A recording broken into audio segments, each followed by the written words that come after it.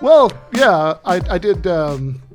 I did see there was a court case recently where a judge ruled that it's okay to refer to your boss as a nasty motherfucker if it's done during in the course of a labor dispute. That's protected.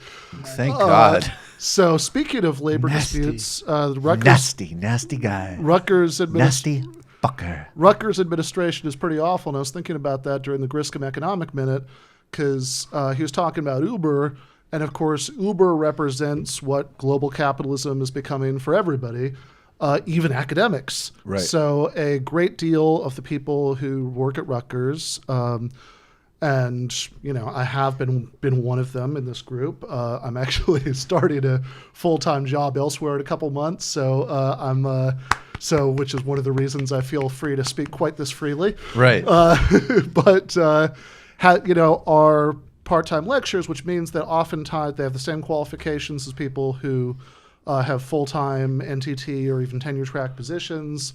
They teach a increasingly large percentage of classes. They often teach over the course of a year at least as many classes as people who are officially classified as full-time. But there's no meaningful job security semester to semester, and there's no health care, right? You have to buy the crappy health care from the Obamacare exchange. Right. And what my union local has been demanding is proportional pay, right? So in other words, that you should be paid as much relative to how many credits you're teaching as a full-time non-tenure track lecturer would be paid, which would be a huge pay raise. And right now, but it would be a huge pay raise because right now people are being paid nothing. Right. But to put this in perspective, to give part-time lecturers at Rutgers absolutely everything being demanded right now, which is $72.50 per class and healthcare, the estimated total costs are about $3 million, which sounds like a lot of money. No, it does not. Until you realize that Rutgers just gave a bunch of the sort of top administrators almost $6 million in incentive bonuses because they all think they did such a good job. Right.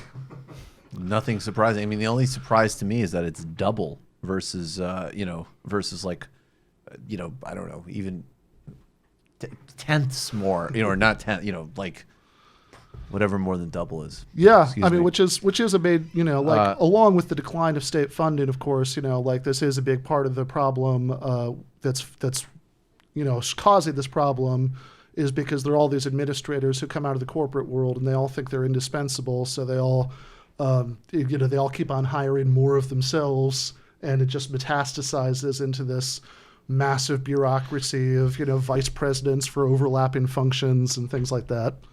Right. It's obscene. And that every lane of the economy has its Uberization lane. Mm-hmm. And obviously adjuncts are the Uberization lane of academia. And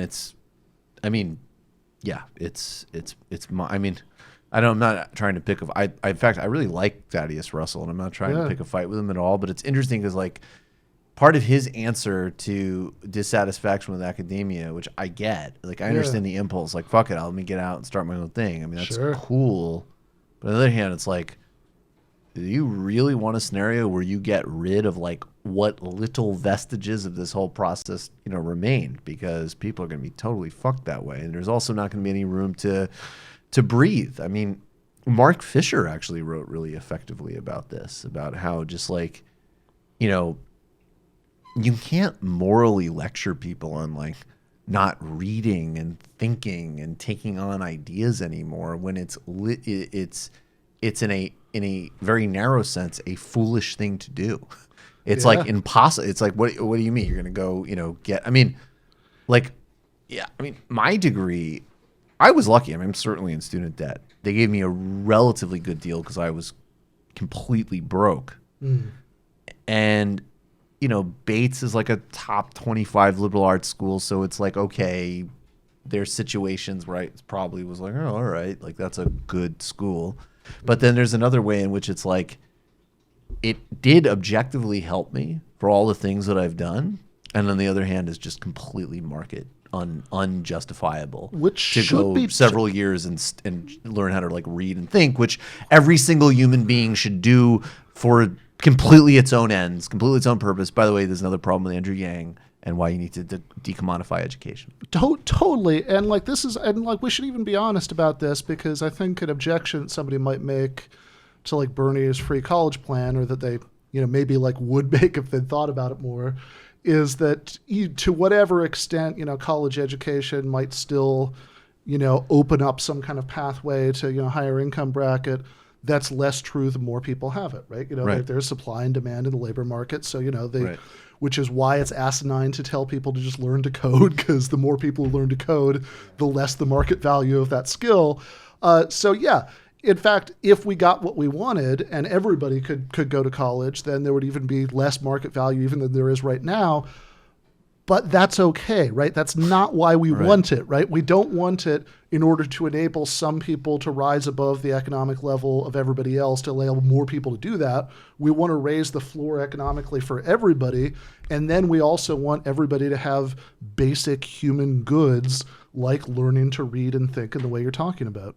Precisely. You've just watched a Michael Brooks show video, and you can watch all of our full main live shows every Tuesday night at around 7 p.m. Eastern Time, and subscribe to get all of the clips you want. We're covering the globe.